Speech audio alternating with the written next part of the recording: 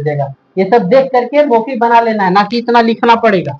इतना आप लोग के चलते लिख देते, नहीं तो खत्म हो कंप्लीट हो गया। देखो हल क्या लिखेंगे, ए बी सी डी कैसा एक समानांतर चतुर्भुज है। एबीसीडी कैसा चतुर्भुज है, समांतर चतुर्भुज है। और जब समांतर चतुर्भुज है तो क्या लिखेंगे, ए डी पैरेलल टू क्या बीसी है, और क्या ए बी पैरेलल टू कितना डीसी है। ए बी पैरेलल टू कितना डीसी है। तो क्या लिखेंगे देखो, और ए बी सी क्या है, एक त्रिभुज है। ए बी सी कैसा त्रिभुज है, एक त्रिभुज है। Angle C A B plus angle B plus angle B C A बराबर कितना हो जाएगा, 180 डिग्री। ये एंगल और ये एंगल मिला करके कितना हो गया, 180 डिग्री। तो सी ए बी का मान कितना हो गया, 30 डिग्री प्लस एंगल बी का मान कितना, 100 degree plus angle B C A बराबर कितना, 180।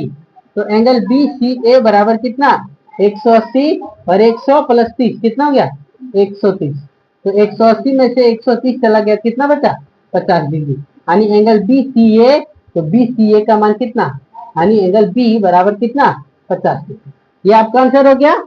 पुनः देखो क्या लिखेंगे, समानांतर चतुर्भुज के गुण से, किसके गुण से, समांतर चतुर्भुज के गुण से एंगल बी बराबर एंगल डी बराबर एंगल ए बराबर कितना, 100 डिग्री। यानी एंगल बी बराबर एंगल डी है ना। और एंगल बी को एंगल बी बराबर एंगल डी, और डी को हम लोग क्या बोलते हैं, ये, और बी का मान कितना है, 100 डिग्री। यानी ये बराबर कितना हो गया, 100 डिग्री हो गया। ठीक है। फिर देखो पुनः क्या लिखेंगे, ए डी पैरेलल टू क्या है, बी सी है। ए डी पैरेलल टू क्या है, बी सी है।